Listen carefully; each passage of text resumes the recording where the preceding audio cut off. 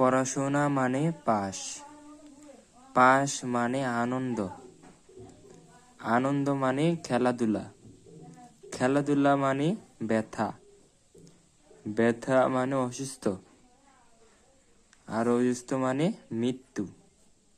তার লজিকটা কি দাঁড়ায়? পড়াশোনা মানে মৃত্যু, তাহলে পড়াশোনা করার কোনো দরকার নাই।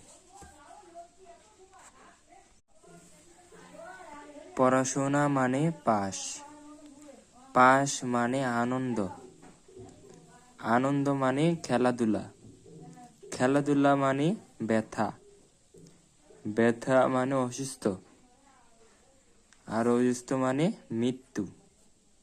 তার লজিকটা কি দাঁড়ায়? পড়াশোনা মানে মৃত্যু, তাহলে পড়াশোনা করার কোনো দরকার নাই।